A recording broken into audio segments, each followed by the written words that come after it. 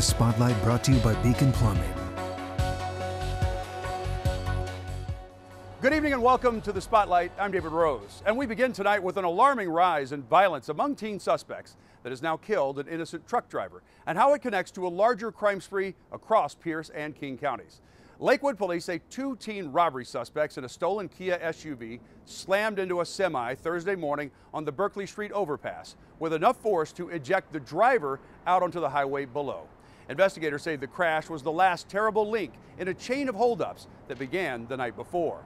Security cameras captured the crew as they hit at least 3 7-Elevens, first in Auburn Wednesday night, next in Tacoma around 12:45 in the morning, and then circling back to Auburn for another robbery around 3:15. At 5:30 a.m., an officer found them in Lakewood, where he tried to pull them over after recognizing them from the Tacoma police description of their vehicle. The officer flashed his lights but did not pursue them. Nevertheless, it was at that point that the SUV sped off and hit that truck, killing the driver. Lakewood police say they've seen a 200% rise in teens committing violent crimes just in the last year. This is very concerning for us. We have young juveniles, 15, 16, sometimes even younger, committing violent crimes, fleeing at high rates of speed, and it has tragic consequences. 2 juvenile suspects were taken into custody. They had minor injuries from the crash. The investigation into the robbery and the vehicular homicide is still ongoing. Well, those suspects are part of a larger crew believed responsible for more than 30 armed robberies so far in Pierce and King County. Law enforcement estimates there are between 12 and 15 suspects total. They aren't just hitting 7-Eleven stores, though. They often start their night of terror by robbing Rite Aid and Walgreens stores. So tonight, those companies are joining with Crime Stoppers to offer a reward of up to $13,000 for a tip that leads to an arrest. Their goal is to stop these suspects before an employee or a customer gets hurt.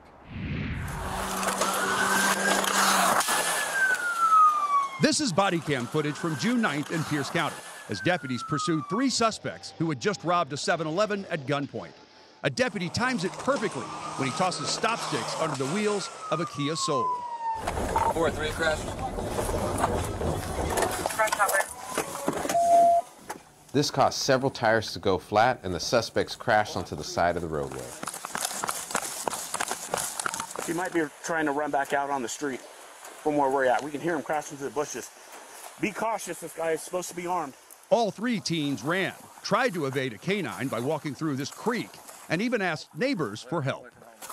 The dog was on the suspect's trail, and we had several calls from residents of the suspects knocking on doors, even asking someone to call their mom because the police were chasing them. And no, we can't make this stuff up. No hands. We're talking to juveniles. Get on the ground. Deputies eventually tracked down all 3 of the suspects, including 18-year-old Reuben Charity. He was charged with robbery first degree and is facing 10 years in prison, all for a grand total of $91 they got from the register. Probably why police say they're hitting more than 1 store a night. There are at least a dozen more suspects who have not been identified. These are shock and awe type robberies. Surveillance video at Rite Aid stores from Auburn to Bellevue shows how they operate and their complete lack of fear. One suspect even dancing a little, knowing they're on surveillance camera. One Lee stands by the door, keeps the automatic door open for a quick escape, and they go in and create havoc, point guns in people's faces, and demand money. Clerks raise their hands and give them whatever they want just to get them out of the store. I would say that they feel that they can get away with it. As they wrap up the robbery, one suspect throws a bottle, smashing it on the floor. And then as the crew heads out the door, happy with their heist, they throw another bottle that bounces on the ground. The more and more they do, the more and more confident they get. In every case, they try to cover up their faces, but you can still see some good shots that may help you identify them. If not from their faces, then from their clothing, whether it's a distinctive pair of blue shoes or a jacket they're known to wear. Nobody has been shot yet, but that fear is justified. Because they're shock and awe like that, you don't know how store clerks or citizens are going to react that's going to end up getting somebody hurt. Again, Rite Aid and Walgreens, along with 7-Eleven, are partnering with Crime Stoppers of Puget Sound and offering a cash reward of up to $13,000 for any information that leads to an arrest. So if you recognize any of those suspects, You will remain anonymous when you text a tip through the P3 Tips app on your cell phone or call 1-800-222-TIPS. The police are sharing more details about how they tracked down 3 people accused of burglarizing families all the way from South Seattle to Bellingham. Court documents show an investigation has been ongoing since November 2021. Detectives say John Riasco Vergara and his co-suspects have a history of targeting families of Asian descent.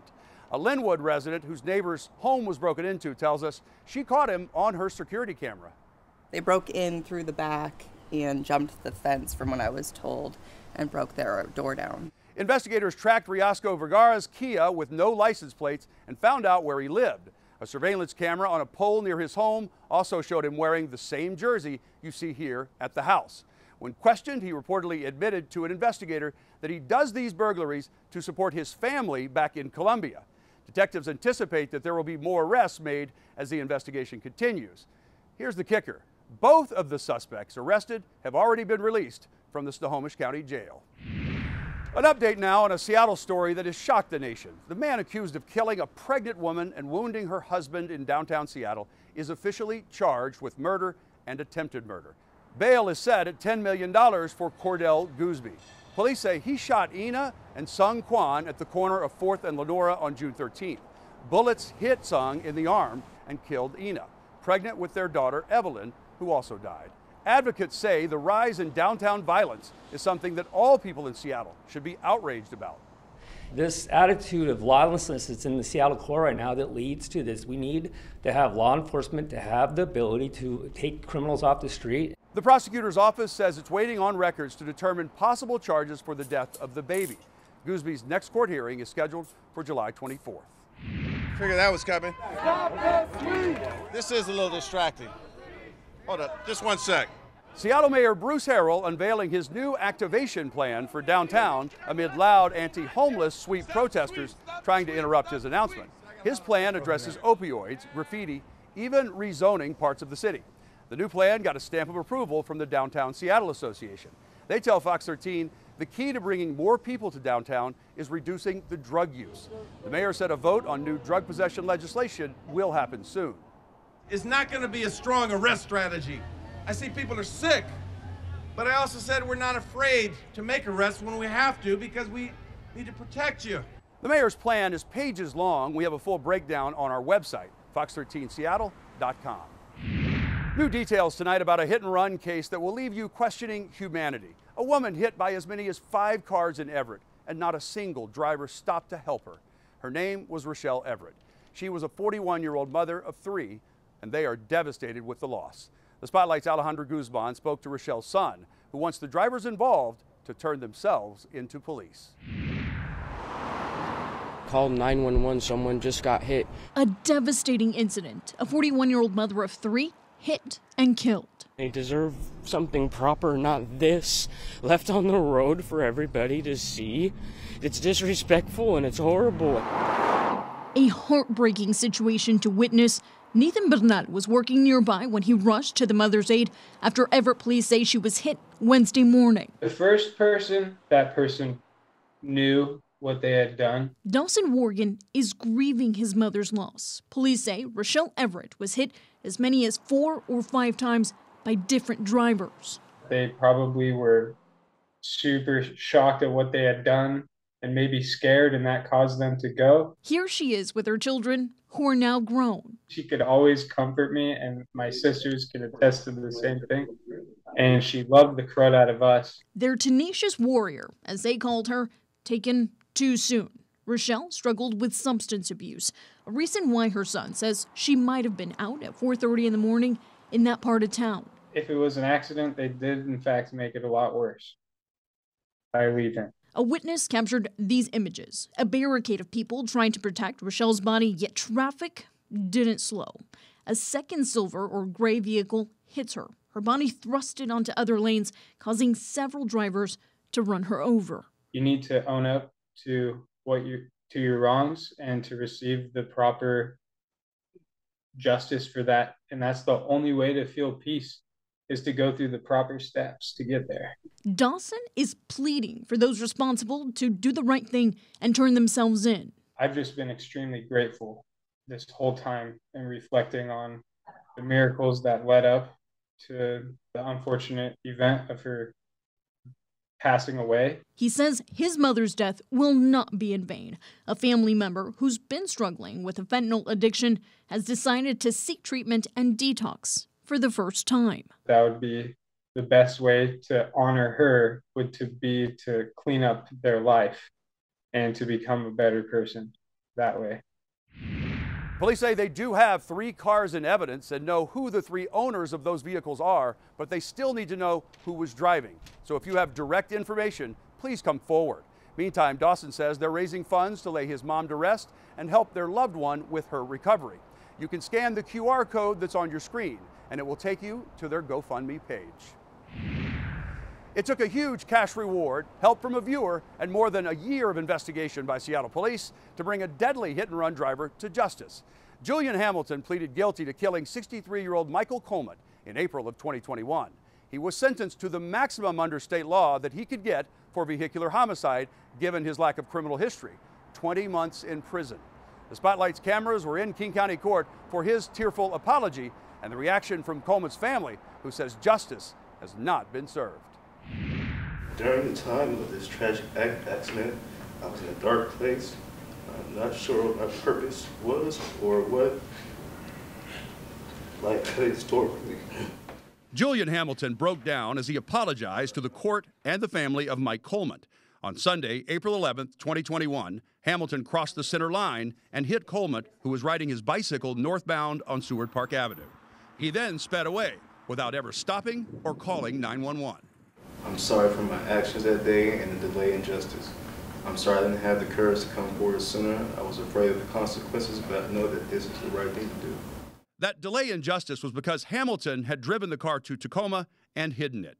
Coleman died at the hospital from his injuries. He was an avid bicyclist and worked as the deputy director at King County International Airport at Boeing Field.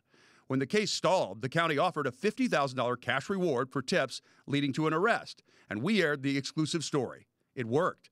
A tipster contacted Seattle police and Crime Stoppers with knowledge of the hit and run, which led to Hamilton's arrest a year and a half after Coleman was killed. At his sentencing, the prosecutor berated hit and run drivers like Hamilton. Nobody is saying that Mr. Hamilton is an evil person or a bad person, but his driving on this afternoon was selfish and irresponsible, and it resulted in the death of a man. I don't know how you carry that on your shoulders. Hopefully, this will be the worst thing that ever happens to him. It is the worst thing that ever happened to the Coleman family. Coleman's wife and the stepdaughter he raised were in the courtroom for the sentencing, but they asked the victim's advocate to read their statements. I don't know what justice for my dad looks like. Do I feel that 2 years in prison is enough? No. Is life in prison enough? No. There really is no sentence that will give him the justice he deserved, and no sentence handed down will bring him back. Coleman's wife took a stronger stance, calling Hamilton a spineless coward. If it wasn't for King County offering a $50,000 reward and the witness coming forward, which I will be forever grateful, who knows where we would be today. But here we are, 2 years, 2 months, and 12 days later, and your sorry ass is going to jail. I hope every day that you're in jail is a painful experience and you keep reliving the day that you killed my husband, Michael David Coleman. As part of his sentence, Hamilton was ordered to pay $6,178 in restitution. He says the birth of his child has changed him, and he is deeply apologetic. I will carry this tragedy for the rest of my life. My time in prison will be spent on bettering myself and pray to my Creator for forgiveness. I hope that one day you can forgive me. If that day never comes, I understand that too. This next story is just crazy. A man armed with a pitchfork is now in custody after breaking into a home in Seattle. Police say the suspect weaponized the gardening tool and injured the homeowner, but the homeowner was able to fight back with his own unusual weapon. The Spotlight's Frankie Thompson has more from detectives.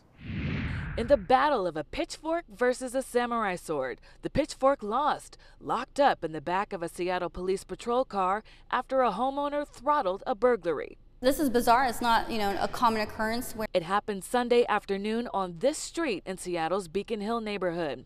Officials say the suspect, 61-year-old Elroy Holden, broke a window and ransacked a home while the 71-year-old owner was away buying groceries.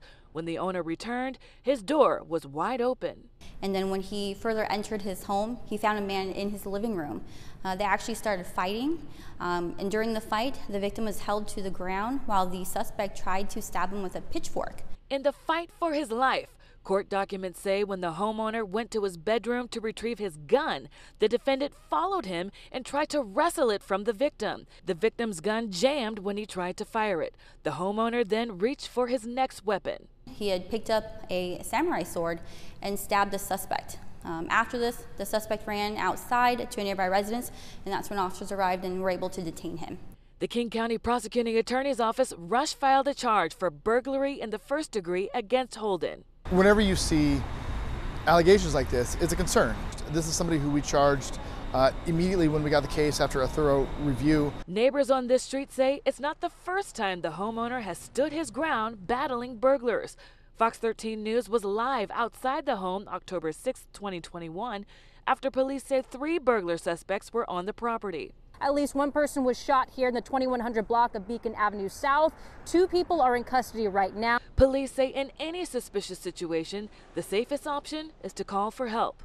Think about your safety. Get to a safe location, call 911, wait for the arrival of police so that we can make sure the location or whatever the circumstances that it is safe and that, that there is no harm that comes to you or potentially others.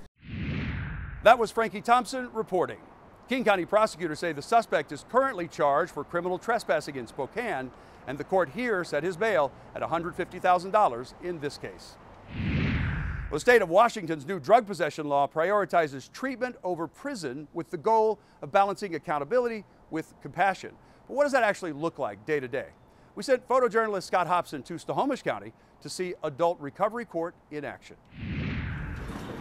All rise. The Snohomish County Superior Court's non-exception. The Honorable Joseph Pilson presiding. Good afternoon. Good afternoon, Your Honor. Please be seated. How are you guys? My name is Judge Joe Wilson, one of 16 elected Snohomish County Superior Court judges. I've been on the bench since 2009, and currently I am the therapeutic courts judge. Hey, Your Honor. I am now down with the participants. We sit at the same table, about 3 feet from each other, so I could have a stronger connection. What do you think the secret is? Feeding the good wolf.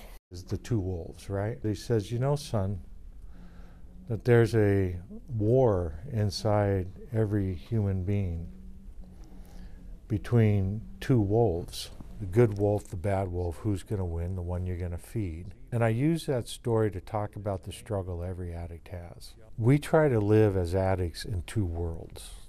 We try to live in the world of clean and sober people, where folks are. We also try and live in our world where we use. Give me some clean time. 197 days. 30 days. 147 days. 147 days. Got into heroin, and then graduated up to fentanyl. When I was getting loaded, I was miserable. I hated myself. I wanted to die on a daily basis. When I was arrested prior to entering drug court, I don't remember being arrested. I just remember coming to handcuffed to a hospital bed. I felt unloved, unworthy of a good life, of good people around me. My addiction had such a hold on me. I thought I was going to die in booking. 40 years old now. I'm just tired of doing it. And I was just ready to try something new and different. I didn't know drug court was an option for me at the time, but I knew that I was willing to go and serve a prison sentence and try to start making some changes in my life. I have 368 days. 368 days. He says one wolf is evil. It is anger, jealousy, sorrow, and regret. The other wolf is good. It is joy and peace and love and hope. This program here, drug court, forced me into a program, where we have to look at ourselves and see our part in things and make some amends and clean up our past. And they made me go to drug court, to meetings, to counseling, to MRT, to all these UAs, and have a set schedule, and it was very overwhelming, and I got sanctioned a lot at first because I didn't know how to do those things. And Drug court taught me how to live. Drug court mixed with a 12-step program has given me a foundation to build a life on today, right? It's something that I didn't know I needed, but I knew I was willing to try. I knew there was a better way out there. I knew I had more to live in my life, but I didn't know how to get out of it. Every one of these folks has worked so diligently to get some clean and sober time and complete the requirements of the program. I love seeing them come back and talk to me. There's a lot of folks. My life was in chaos, and I loved the chaos of my life back then, you know, and today it's not like that, and I learned that it's better without the chaos. Which wolf wins? The old guy gets a sly smile on his face and says, the one you feed. We want to give a huge thank you to that judge and a congratulations to all of those graduates. We know it's not easy, and we are all proud of you. That's all the time we have on this edition of The Spotlight. Until next week, be smart and stay safe.